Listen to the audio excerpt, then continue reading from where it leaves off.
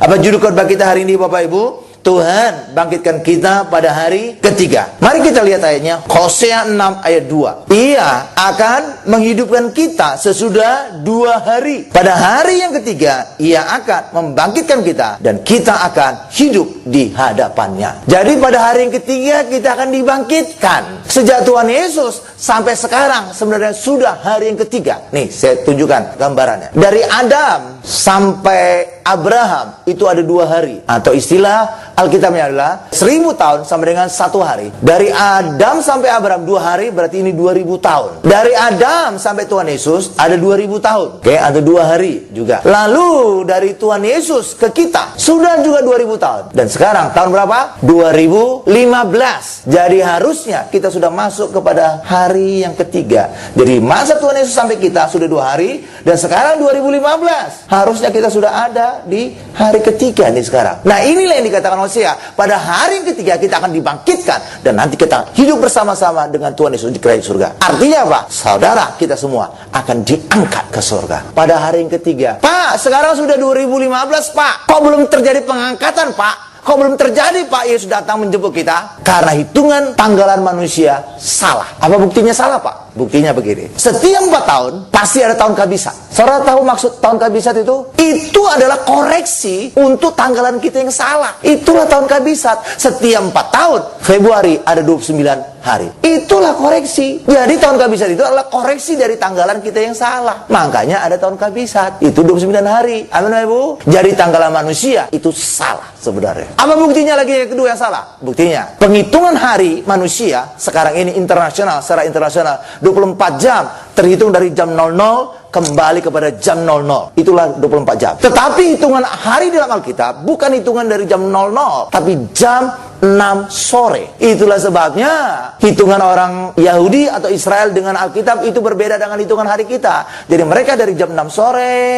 ke 6 pagi, 6 pagi ke 6 sore. Itu 24 jam. Berbeda ya. Saudara lihat dalam kitab Kejadian pada saat penciptaan, maka Allah berkata, terjadilah sore, terjadilah pagi. Itulah hari pertama. Terjadilah petang, terjadilah pagi. Itulah hari kedua. Terjadilah petang, terjadilah pagi. Itu hari ketiga. Jadi mulainya dari petang. Kalau kita kan enggak, dari pagi. Jam 00. Karena itulah, walaupun sekarang sudah tahun 2015, harusnya sudah lewat hari kedua, udah masuk hari ketiga, tapi Tuhan Yesus belum datang. Karena penghitungan tanggalan kita keliru. Tapi walaupun keliru, saudara, itu menjadi berkat. Karena apa? Tuhan belum datang. Tuhan belum datang. Bagi orang Kristen gak ada masalah. Karena ketika Tuhan yang datang, kita diangkat semua. Tapi bagi dunia, itu adalah penghukuman. Antikris muncul. Itulah sebabnya Bapak Ibu, kita mengucap syukur. Orang di luar sana bisa ketakutan menjelang akhir zaman. Bahkan orang Inggris juga menerjemahkan akhir zaman itu apa, Bapak Ibu? Judgment Day, hari penghakiman. Padahal sebenarnya akhir zaman bukan penghakiman bagi orang Kristen. Kenapa kita tidak mengalami penghakiman lagi? Sebab Yesus telah disalib, mengalami penghakiman dari Allah. Itulah sebabnya di dalam Yesus kita bebas penghakiman, di dalam Yesus kita bebas penghukuman Allah. Karena pada saat nanti Tuhan datang menjemput kita, maka kita akan mengalami sukacita luar biasa. Kenapa kita mengalami sukacita luar biasa? Pertama, karena kita mengalami tahta pengadilan Kristus. Bukankah kita nanti akan diadili, Pak? Bukan. Tahta pengadilan Kristus dari bahasa aslinya adalah bema. Bema adalah suatu tempat untuk memberikan hadiah bagi pemenang. Jadi ketika orang menang perlombaan di Olimpiade, maka si pemenang tadi akan naik ke suatu tempat namanya bema, dan kemudian raja atau pemimpin kota pada saat itu akan memberikan dia mahkota. Nah, inilah tempatnya di bema. Inilah yang disebut tentang tahta pengadilan Kristus. Jadi pada saat nanti tahta pengadilan Kristus, saudara bukan dihukum atau masuk neraka atau masuk surga, tidak, tapi saudara akan dapatkan mahkota. Dan setiap kita pasti dapat mahkota. Kenapa? Karena setiap kita adalah pemenang. Bukan karena kita pemenang, tapi karena kita di dalam Yesus sang pemenang. Makanya orang Kristen sering disebut juga lebih dari pemenang. Bukan kita yang menang, Yesus yang menang, tapi karena kita di dalam Yesus, maka kemenangan Yesus itu menjadi kemenangan kita juga. Jadi itu istilah lebih dari pemenang. Paham Bapak Ibu? Jadi semua nanti kita dapat mahkota. Semua kita dapat mahkota. Ada 1, ada 2, ada 3, dan segala macam. Mana ayatnya, Pak? Coba kita lihat. 2 Korintus 5 ayat 10. Sebab kita semua harus menghadap tahta pengadilan Kristus, supaya setiap setiap orang memperoleh apa yang patut diterimanya sesuai dengan yang dilakukannya dalam hidupnya, ini baik ataupun jahat. Jadi ini bukan pengadilan untuk kita masuk surga atau neraka, tidak, tapi untuk mendapatkan apa yang patut bagi kita. Jadi kita semua patut mendapatkan apa? Piala, mahkota. Kenapa? Karena semua kita adalah pemenang. Bukan karena kita pemenang, bukan karena kita sudah hebat, tidak, tapi karena kita semua di dalam Yesus, sebab kita percaya Yesus dan Yesus adalah pemenang,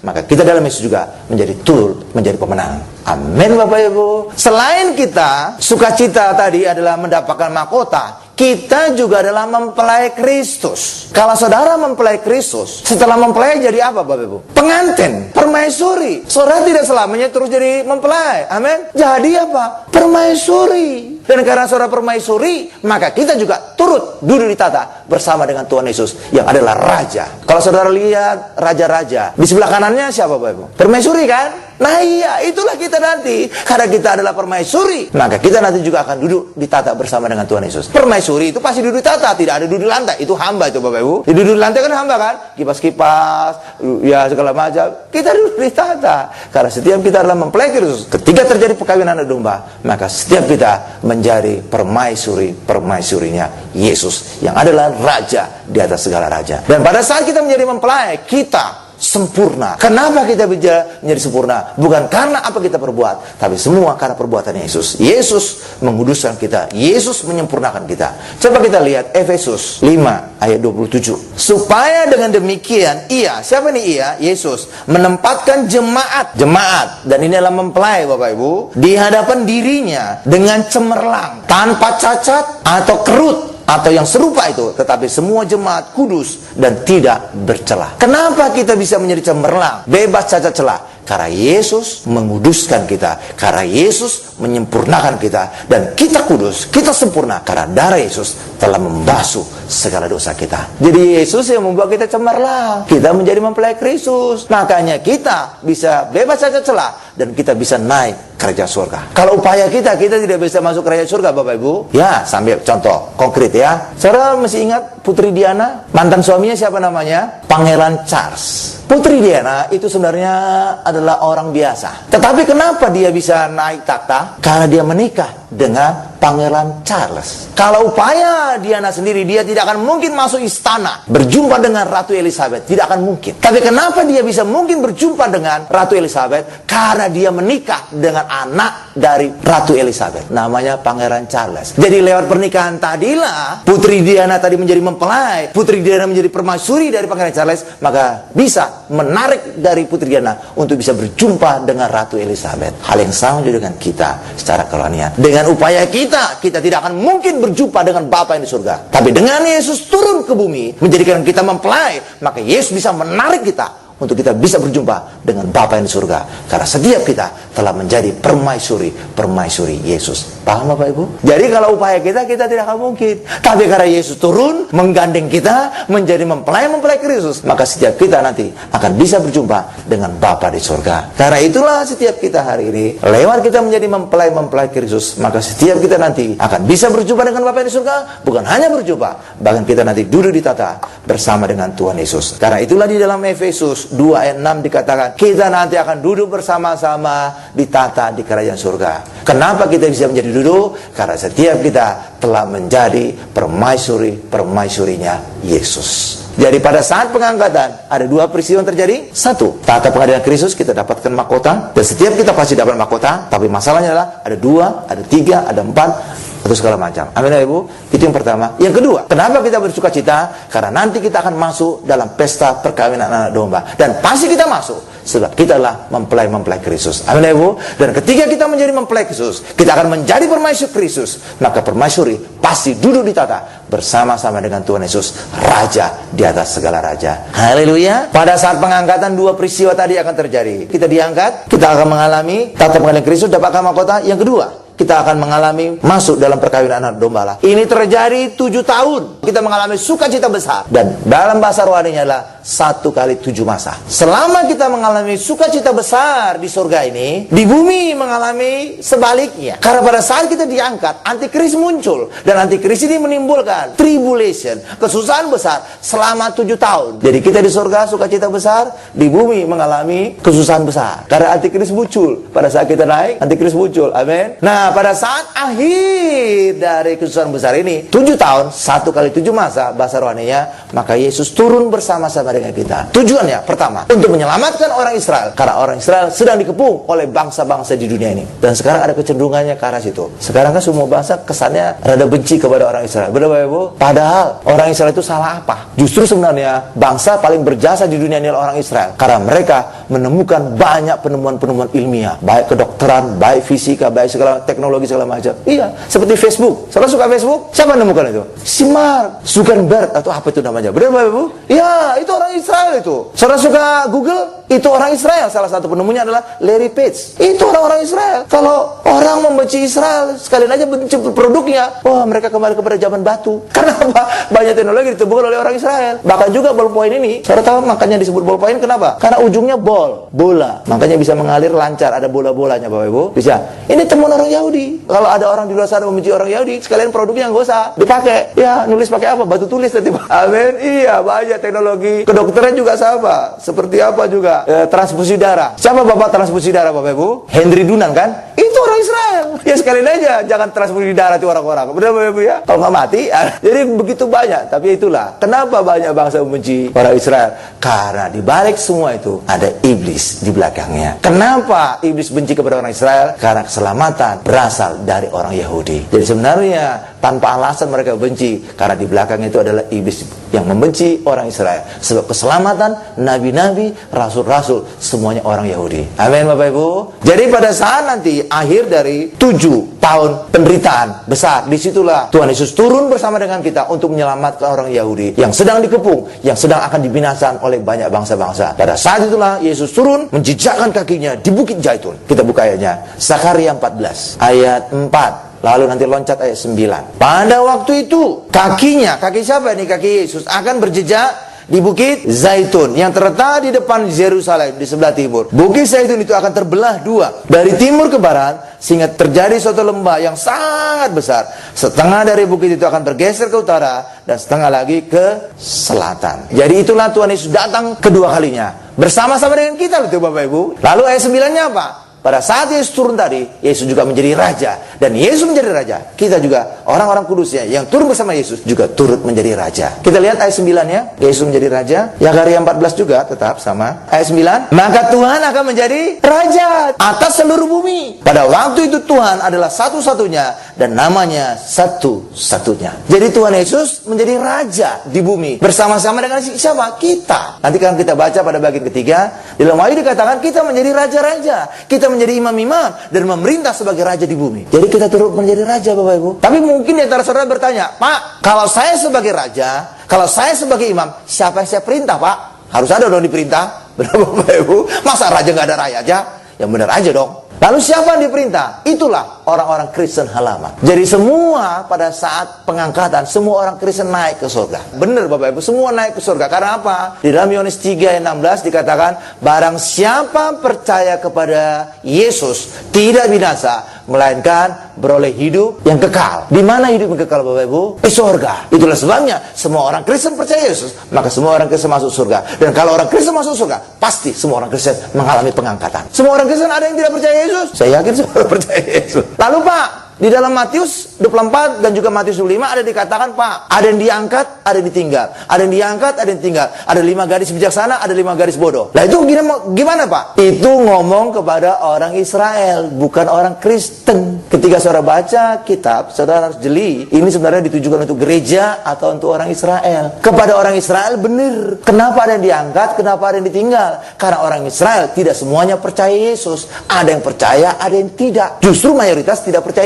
Yesus. Itulah sebabnya setiap hari Sabat mereka berdoa minta Mesias. Sampai sekarang di Israel sana, di Tembok Ratapan. Itulah sebabnya ada yang percaya Yesus, itu yang diangkat, yang tidak percaya Yesus ditinggal. Tapi orang Kristen semua percaya Yesus. Kalau nggak percaya Yesus, pasti mereka keluar. Karena itulah semua orang Kristen diangkat naik surga. Gimana kalau berdosa, Pak? Dia bunuh orang, Pak. Apa naik surga? Iya, urusan dosa dengan Tuhan sudah beres. Karena Tuhan sendiri berkata bahwa aku melupakan dosa. Lalu polisi urusan dengan saudara. Kalau saudara bunuh orang, saudara ditangkap polisi, masuk penjara. Amin. Apalagi bunuh Angelin. Nah, pasti itu. Jadi itu konsekuensi, bukan hubungan tentang dosa lagi. Hubungan dengan dosa sudah beres oleh Tuhan Yesus. Contoh lagi, saudara diberkati, minta didoakan pendeta. Tapi kalau saudara tidak bekerja, saudara tiduran aja di rumah, konsekuensinya saudara tidak punya duit. Jadi ini masalah konsekuensi. Kalau saudara, misalkan lagi, saudara anak saudara didoakan pendeta, saudara bisa berharap naik kelas menjadi anak pintar. Tapi anak saudara malas, nggak pernah belajar, ya tinggal kelas. Itu namanya konsekuensi. Jadi ketika saudara mengerjakan, misalkan saudara didoakan kemudian saudara rajin, maka berkat Tuhan muncul lewat kerajinan saudara. Ketika anak saudara belajar, maka Tuhan menambahkan hikmat sehingga bisa cepat dia mengerti. Itu. Tapi kalau malas, tinggal kelas. Konsekuensinya demikian. Amin, Bapak Ibu, paham ya? Jadi tidak ada urusan dosa lagi, karena Allah sendiri berkata di dalam Ibrani 8:12, aku tidak mengingat dosamu.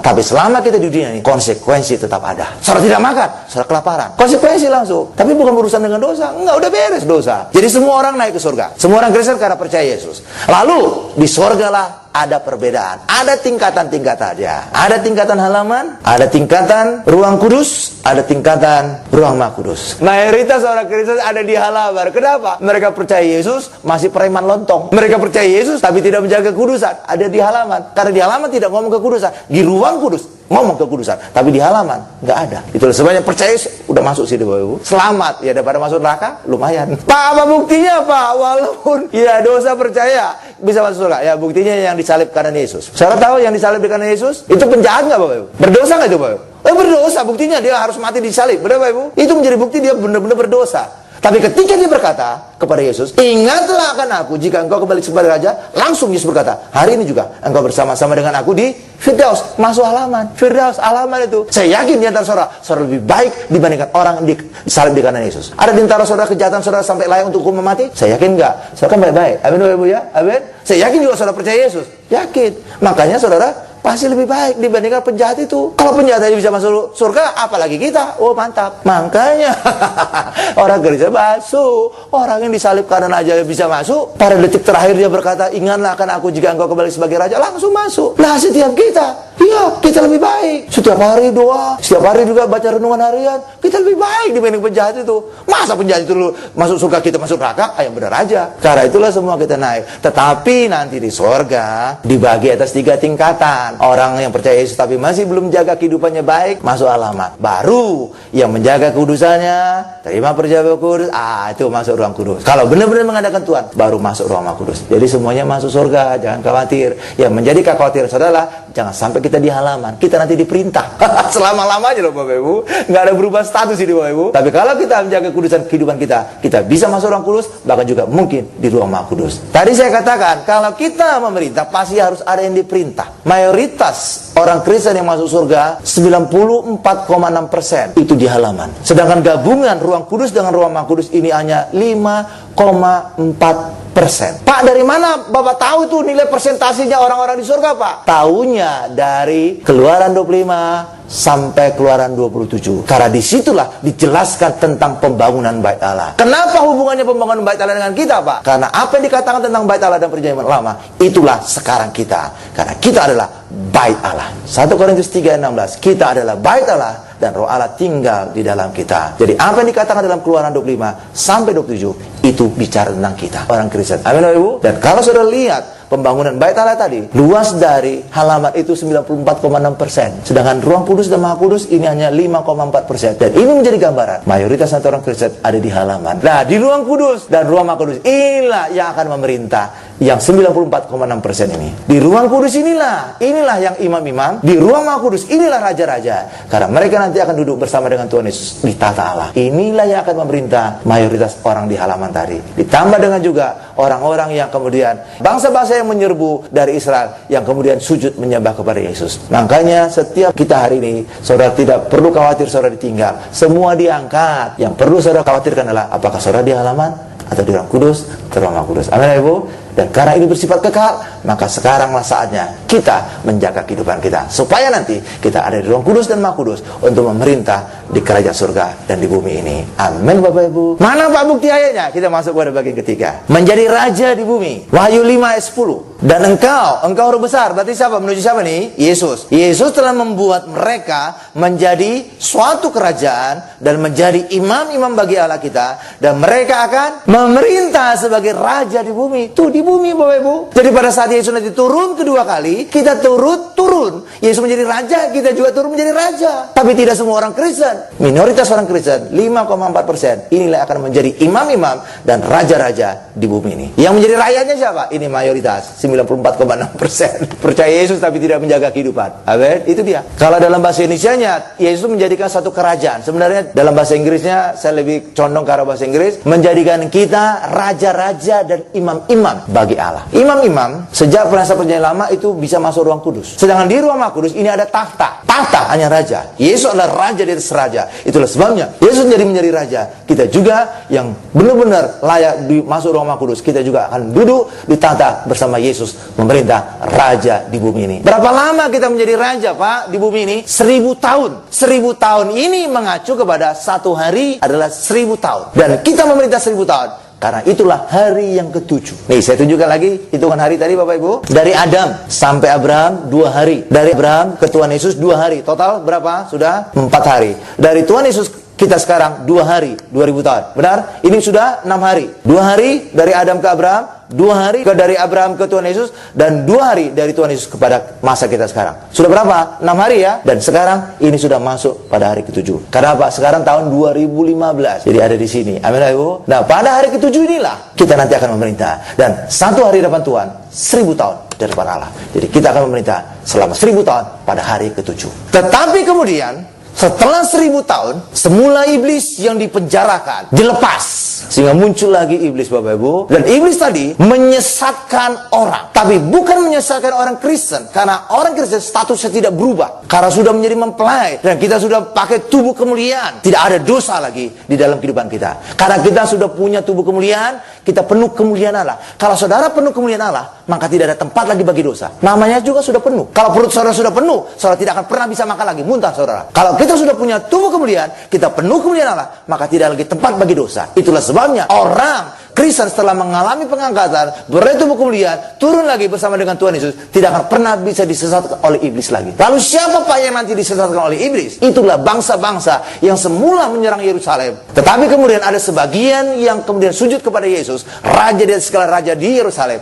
Mereka ini masih diampuni. Tapi bagi yang nggak mau sujud, mereka dibuat korengan. Mereka mengalami busuk matanya, hidungnya, mulutnya, mati mereka, Bapak Ibu. Tapi yang kemudian sujud, inilah mereka dibiarkan hidup dan menjalani pemerintahan 1000 tahun bersama Tuhan Yesus. Dan mereka juga turut diperintah. Tapi setelah iblis dilepaskan, setelah 1000 tahun, nah iblis itu menghasut mereka. Bukan lagi menghasut orang-orang Kristen. Orang Kristen sudah punya tubuh kemuliaan. Dihasut, akhirnya apa? Orang-orang tadi kemudian menyerbu tentara-tentara kudus. Kita, Bapak Ibu, kita orang-orang Kristen. Kita nanti juga termasuk orang-orang kudusnya perjanjian lama. Coba kita lihat ayatnya. Dan ini menjadi ayat terakhir bagi kita. Wahyu 20, ayat 7 sampai dengan 11. Dan setelah masa 1000 tahun itu berakhir, iblis akan dilepas dari penjaranya, dan ia akan pergi menyesatkan bangsa-bangsa pada keempat penjuru bumi, yaitu Gog dan Magog, dan mengumpulkan mereka untuk berperang, dan jumlah mereka sama dengan banyaknya pasir di laut. Maka naiklah mereka ke seluruh dataran bumi, lalu mengepung perkemahan tentara orang-orang kudus. Nah, itulah kita. Jadi yang disesatkan iblis itu siapa? Bangsa-bangsa yang semula sujud dipengaruhi akhirnya tersesat dan kembali menyerang kita, menyerang orang Israel. Tentara orang-orang kudus dan kota yang dikasih. Kota apa itu? Yerusalem baru. Oke, lanjut. Tetapi dari langit turunlah api menghanguskan mereka. Amin. Mati. Dan iblis yang menyesatkan mereka dilemparkan ke dalam lautan api dan belerang, yaitu tempat binatang dan nabi palsu itu, dan mereka disiksa siang malam sampai selama-lamanya. Selesai bagi iblis. Sudah ada di neraka. Amin, Ibu. Selesai kan? Termasuk juga selesai bangsa-bangsa tadi. Tapi ini pun masih ada kesempatan Tuhan mengadili mereka. Lanjut ayat 11 menjadi ayat terakhir kita. Lalu aku, siapa nih aku? Rasul Yohanes melihat suatu tahta putih. Tahta putih, ini tahta putih yang besar. Lalu aku melihat suatu tahta putih yang besar, dan dia yang duduk di atasnya, Dari hadapannya lenyaplah bumi dan langit, dan tidak ditemukan lagi tempatnya. Nah, pada saat itulah diadili orang-orang yang bangsa-bangsa tadi yang pernah disesatkan oleh iblis. Diadili. Kalau nama mereka ada dalam kitab kehidupan, masuk surga. Tapi juga tetap jadi rakyat biasa, Bapak Ibu. Tapi nama yang tidak ada, dan mereka dilempar ke neraka bersama-sama dengan iblis. Tapi setiap kita bukan lagi mengalami tata putih, karena setiap kita sudah naik ke surga. Kita tidak berubah status. Yang berubah status adalah bangsa-bangsa ini yang sebelumnya bisa dihasut oleh setan, oleh iblis. Amin, Bapak Ibu. Karena itulah bagi setiap kita hari ini, tanda-tanda zaman sudah dekat. Tapi saudara nggak perlu khawatir, karena setiap kita akan naik surga. Tapi yang menjadi kekhawatiran saudara adalah, saudara dalam posisi apa? Apakah Kristen halaman, Kristen Ruang Kudus, atau Kristen Maha Kudus? Karena ini bersifat kekal. Sekaranglah kita bisa merubah statusnya. Amin, Ibu. Saya harap kita bisa bersama-sama di ruang Maha Kudus, supaya kita nanti juga duduk bersama-sama dengan Tuhan Yesus di tatala di kerajaan surga. Amin, Bapak Ibu. Berikan kemuliaan paling dahsyat, paling lama, paling luar biasa bagi Tuhan Yesus. Kita tundukkan kepala kita.